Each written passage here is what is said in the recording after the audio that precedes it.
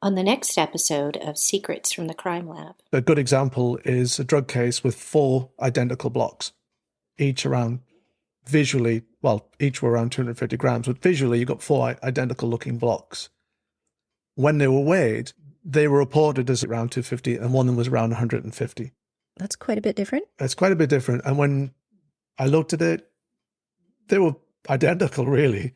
And so I weighed them all and they were all about the same weight. So the bench analyst had weighed it wrongly. One thing that can happen is you don't quite get it on the balance right, and the corner of it's sitting on the desk or something like that. So it's holding a little bit of the weight. But whatever happened, they'd missed it. But the reporting scientist had also missed it. But had they gone and seen the blocks themselves, they would have seen that they all looked the same. And so the fact one of them was underweight would have just seemed unusual. And yet, because they're that one step removed, they don't have that same level of scrutiny, and you don't have that same level of a second check. And so it gets reported, and with one of them, I mean, it didn't help the defendant, of course, because it suddenly got 100 grams heavier. But that's how it goes. But I think that system, that's the weakness of that system. But the strength in that system is that you can get through a lot more work because of the triaging system that's in place. But that also points out why the role of the defense expert is so important. Like you said, most of the time you're agreeing with the results, but sometimes you find things. And if you weren't part of the overall process for that scientific evaluation prior to a case going to trial, you could end up with a lot of miscarriages of justice. And it's not because somebody at the original lab or the initial lab was a bad actor. It's just that sometimes things are missed, even if you've got multiple people doing technical and peer review. Before issuing that test report, you need that external pair of eyes that's got a little bit of a different viewpoint.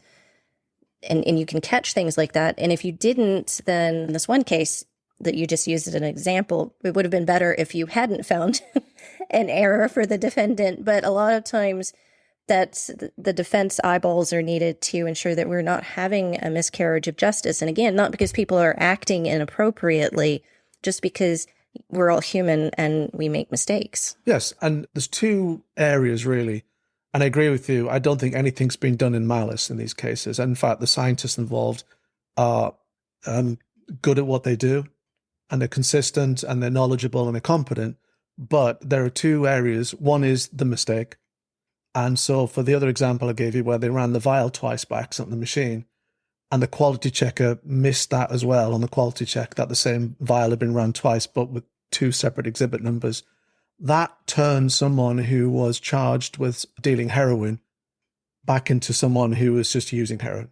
That's a big difference. It's a huge difference. And he was a known heroin user, and he said, I have heroin, this is heroin. Now, the heroin was a brown powder.